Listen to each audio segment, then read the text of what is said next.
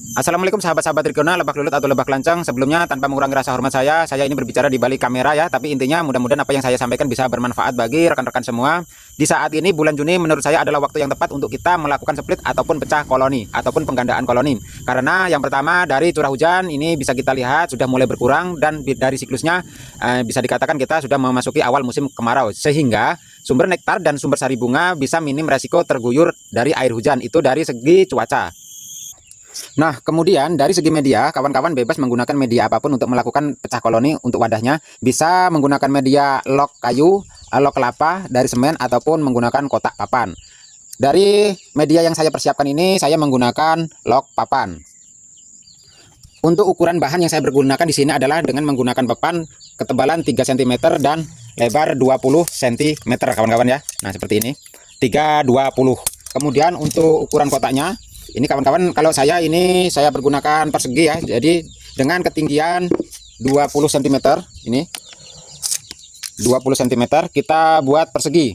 Dari bahan papan yang ukuran 320 tadi kita buat persegi. Kalau kawan-kawan mau dibuat segi 4 tidak apa-apa, bebas kawan-kawan ya.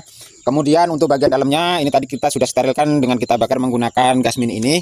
Kalau tidak dibakar juga tidak apa-apa, bebas kawan-kawan. Yang penting intinya bahannya itu steril dari obat-obatan seperti dipupuk ataupun bahannya bekas rendaman pestisida ataupun seperti obat-obat semprot seperti regan itu ya, itu karena itu bisa berbahaya.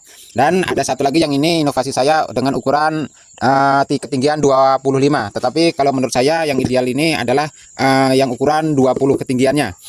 Kelebihan dan keuntungannya, karena ini lebar jadi kita lebih mudah untuk memasukkan telur-telurnya, dan apabila nanti telurnya sudah naik ke atas topping, apabila dia belum pecah koloni, kita bisa turunkan kembali telurnya itu ke dalam kotaknya dengan lebih mudah lagi. Seperti itu kawan.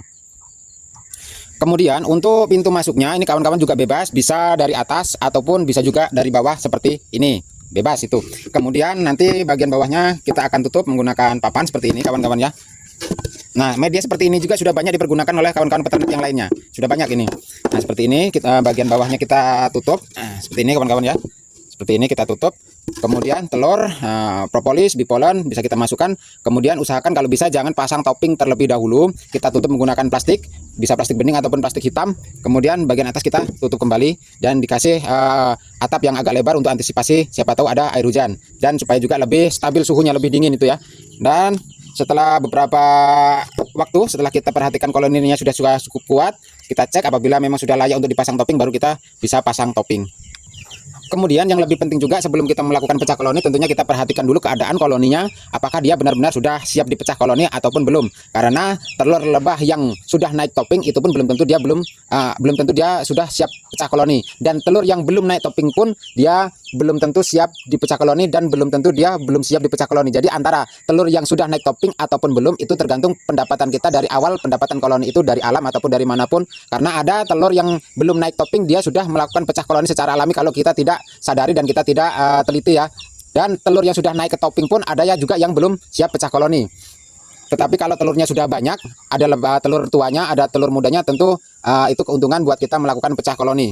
Jadi intinya sebelum kita melakukan pecah koloni, karena keadaan di sini dan di tempat kawan-kawan tentunya akan berbeda-beda. Jadi teman-teman sendirilah yang bisa menentukan apakah koloni itu benar-benar sudah siap dipecah koloni atau belum. Nah, itu saja kawan-kawan ya, sedikit informasi dari saya tentang waktu yang bisa dikatakan kita tepat untuk kita melakukan pecah koloni. Mudah-mudahan dengan situasi dan keadaan yang saat ini kita untuk melakukan pecah koloni, jadi kita bisa meminimkan resiko kegagalan pecah koloni. Oke, terima kasih. Wassalamualaikum warahmatullahi wabarakatuh.